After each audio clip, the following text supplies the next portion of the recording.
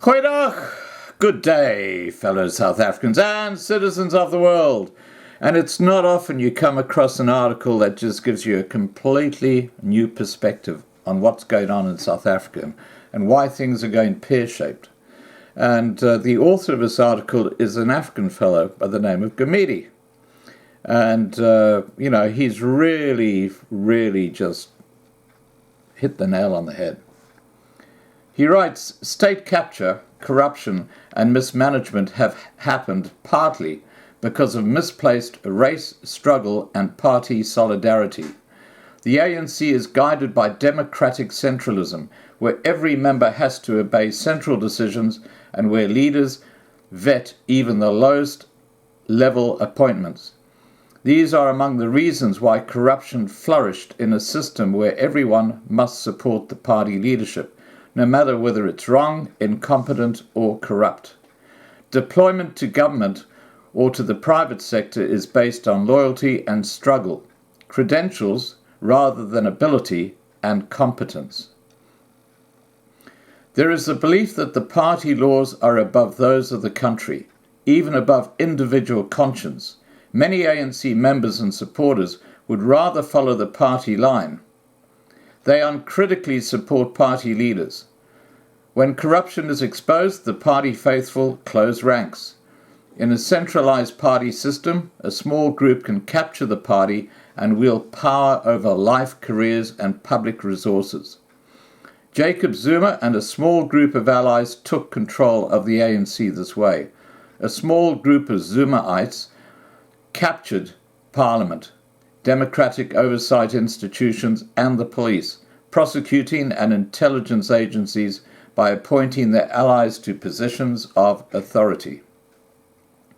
Members and supporters of the ANC, SACP, and COSATU kept quiet because of a misguided loyalty and discipline and because of black and struggle solidarity. They made centralized decisions that were accepted as edicts. They appointed loyalists to every level of party and government. They were uncritically supported by the rank and file under the rubric of loyalty. Many ANC supporters, often still black leaders, issues and policies almost exclusively on the basis of race. Look no further than BEE. US scholar of race Cornel West, in a different setting, warned about reducing every issue to racial reasoning. When an individual is corrupt, all one has to do is to claim racism, and people will rally emotionally to that person.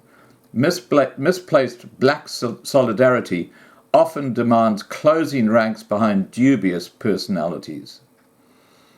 If a white person rightly criticizes a corrupt black person, the corrupt person is embraced. Misplaced struggle solidarity has the same effect.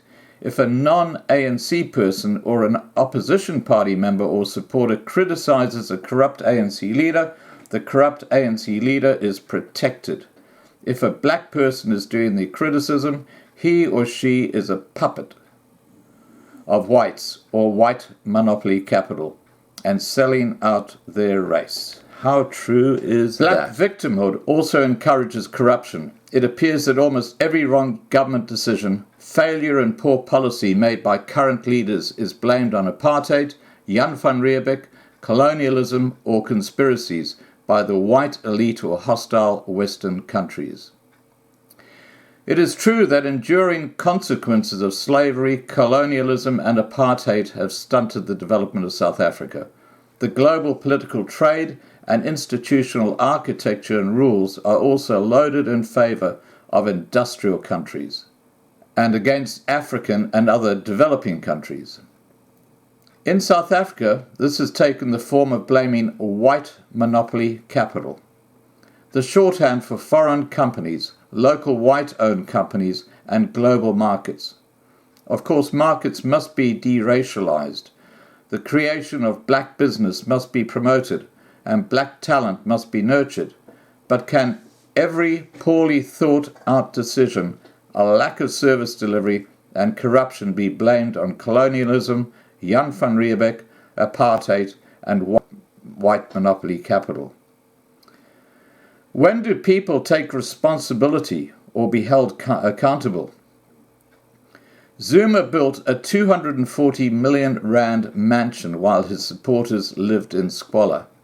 Zuma blamed it on white monopoly capital and Western imperialists, meaning former colonial powers who supposedly wanted to destabilize his presidency.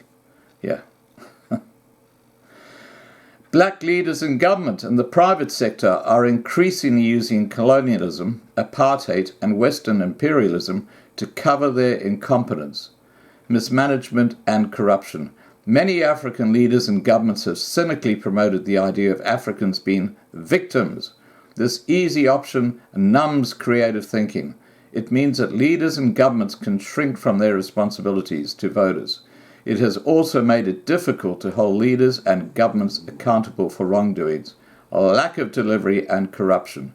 According to West, the black freedom struggle should be understood not as an affair of skin pigmentation and racial phenotype, but rather as a matter of ethical principle and wise politics.